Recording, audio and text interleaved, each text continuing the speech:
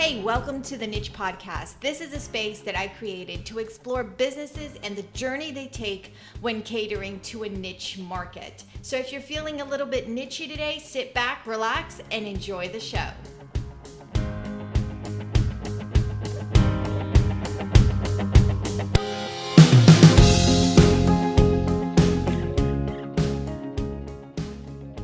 All right. Are you ready to get niche with me?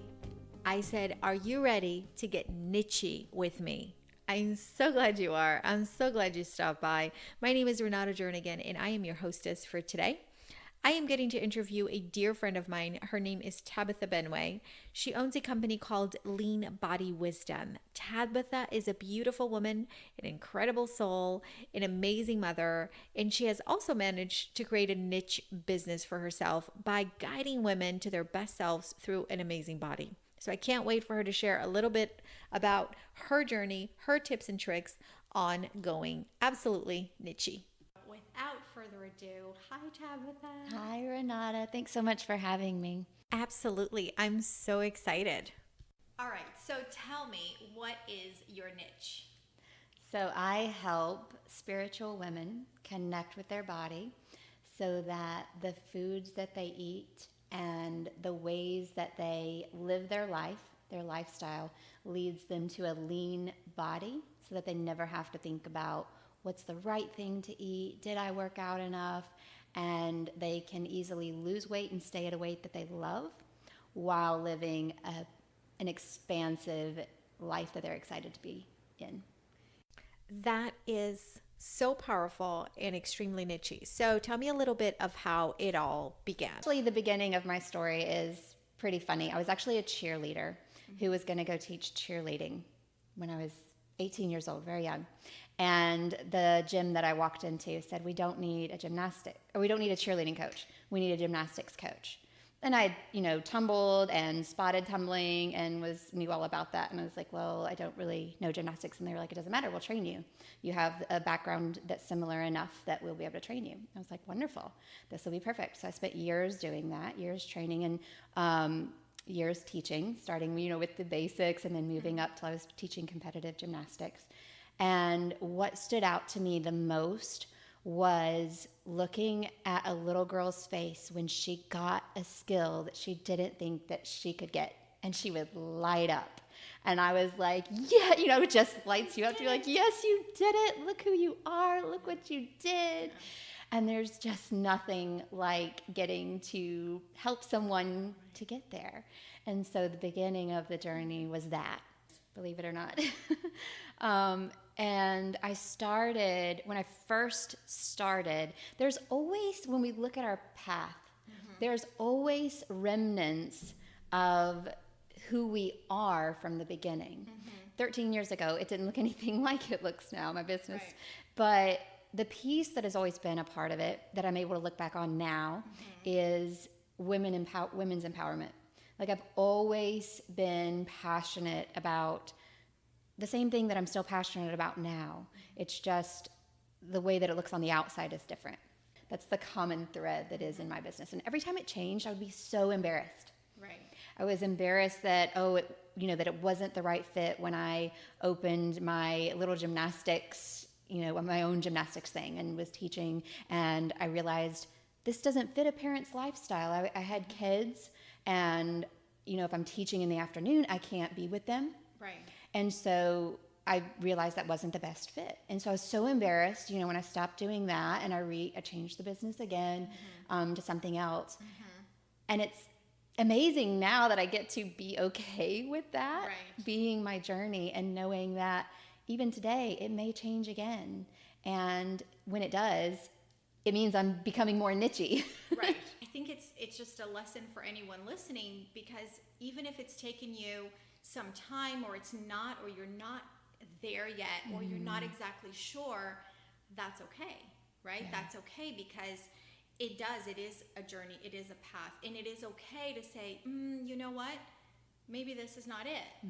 For one reason or another. I love it, just like your gymnastics school. You love it, but it just didn't fit the season that you were living in. So I do think that that's really encouraging for anyone trying to either go off on their own, or if you are doing something that perhaps you're not feeling any joy or any love from, or there's no ROI coming back to you from that business, not just financial, but also it's not fulfilling you. It's not, it's not filling your bucket kind of thing. So yeah, and I think it's really important to also point out that we need to plan for that. If someone knows exactly what they want, they're really clear.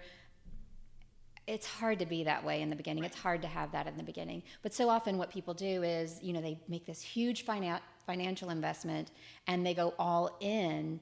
And then, they're at the point where they have to stay committed to it. And they have to commit to something that they don't love or isn't quite exactly what they thought it would be. And one of the things that I was aware of from the beginning is that I needed longevity. Like I'm running a long race. We have to pace ourselves, right? And so making a huge, getting the big loan and going all in and making sure that you have the furniture and the space and the things that really don't make a business, it's really important to look at that at the beginning and pace yourself so that you can be in it for the long run and you can navigate to find your niche.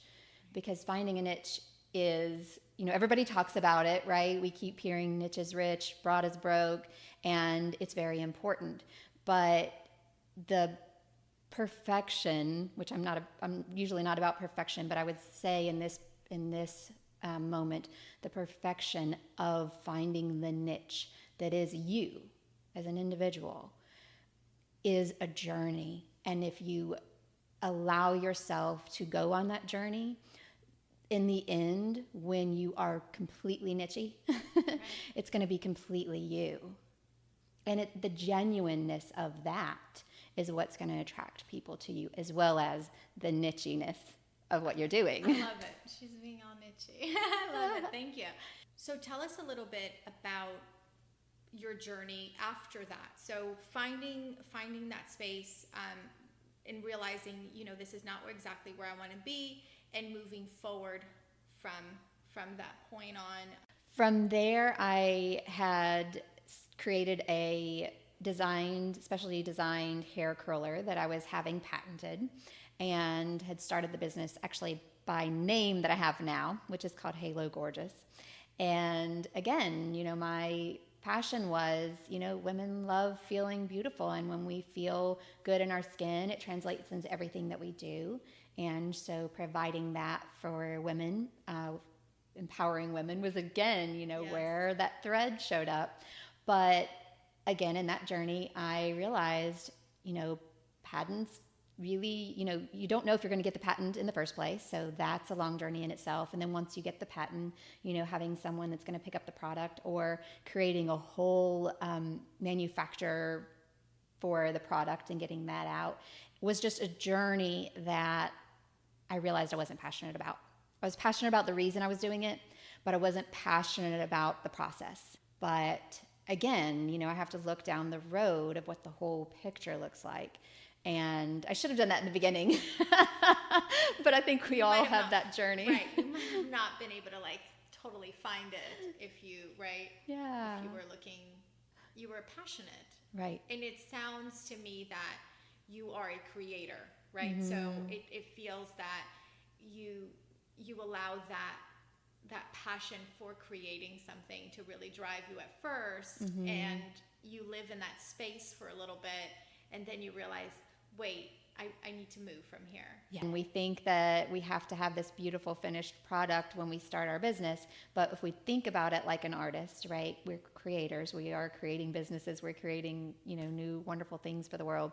But if we think about it like an artist, how many photos, how many pictures, how many paintings does an artist go through before they reach their finished product? And how many times they paint over something that they had started? And so we do have to allow ourselves that space to be creative and know that, that's where the beautiful outcome of the big, beautiful picture is. That.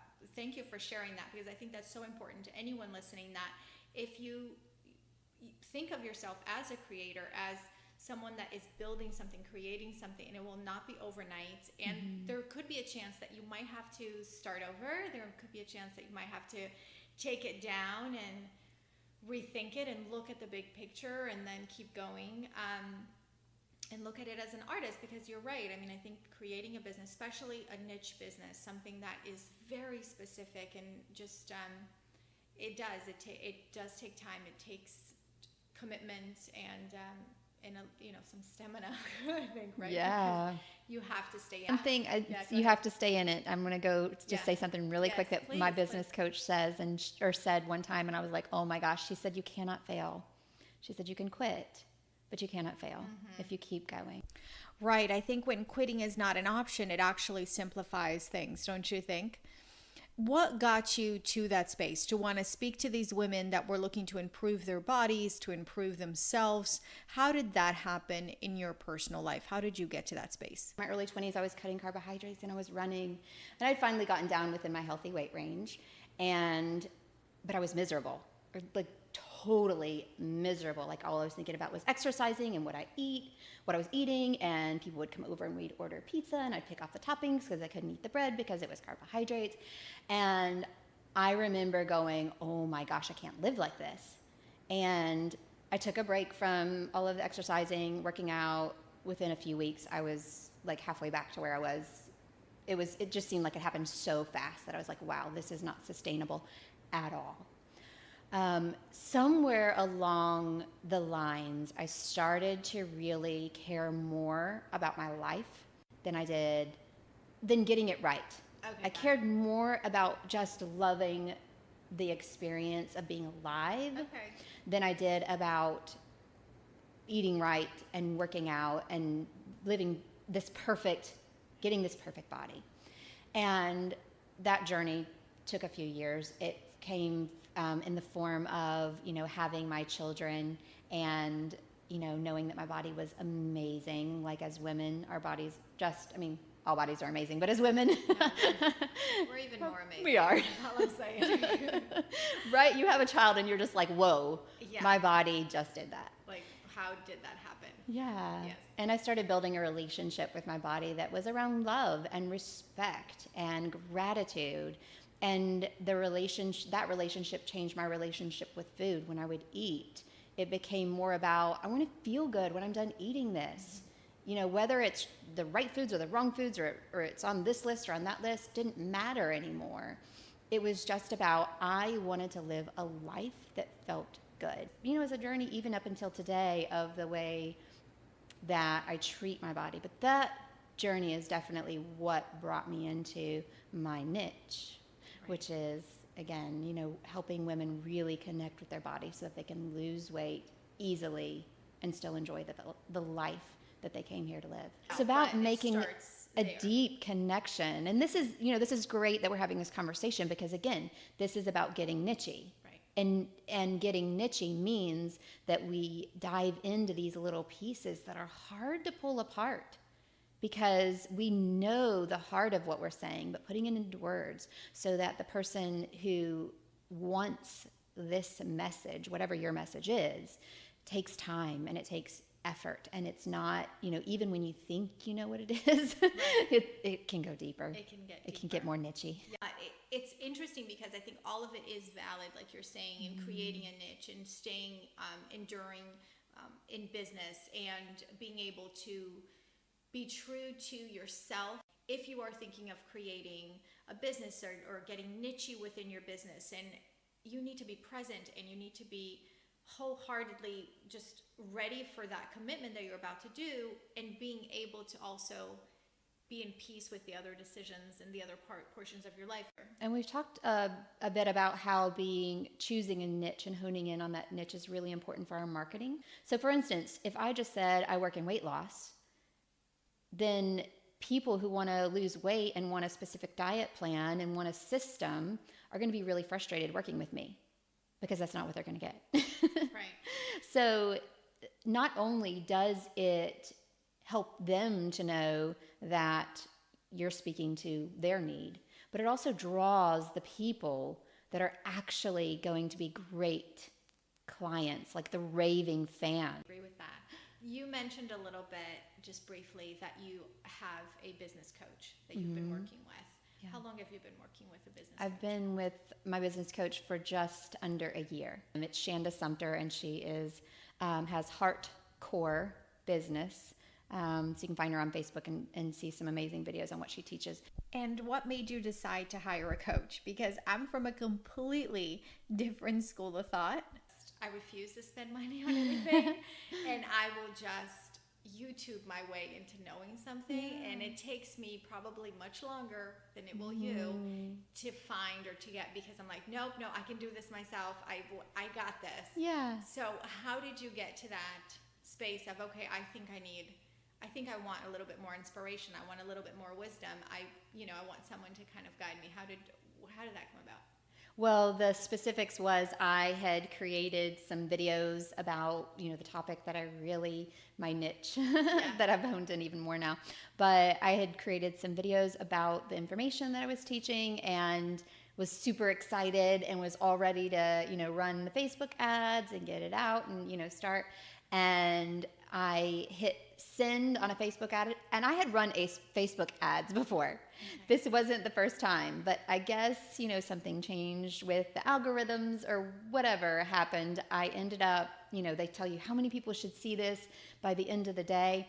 And I think I'd put it up for 3 days. At the end of the first day, I think I'd spent like $35, and I went on to see how many people had seen it, how it was doing, and it was like 6 people had seen your ad.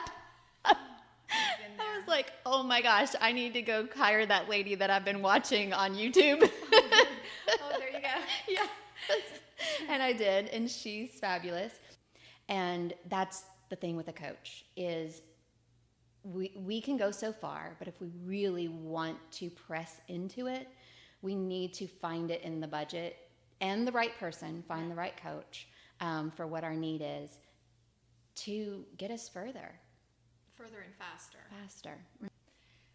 And what would you say is right now your vision for the future for your business? So I don't need to, I like bite-sized things, so I'm not talking about, within the next 5 years even, but within the next 12 months, where would you like to see your business go to? Well, I definitely have the big vision in my mind, the 5 years, the 5-year plan. I know you do. Yeah. Okay. So tell me then. Okay. Well, a lot of people get intimidated by the 5 years, so I'm like, okay, let's turn it into bite sizes. But go ahead. Yeah. So tell me the 5-year plan.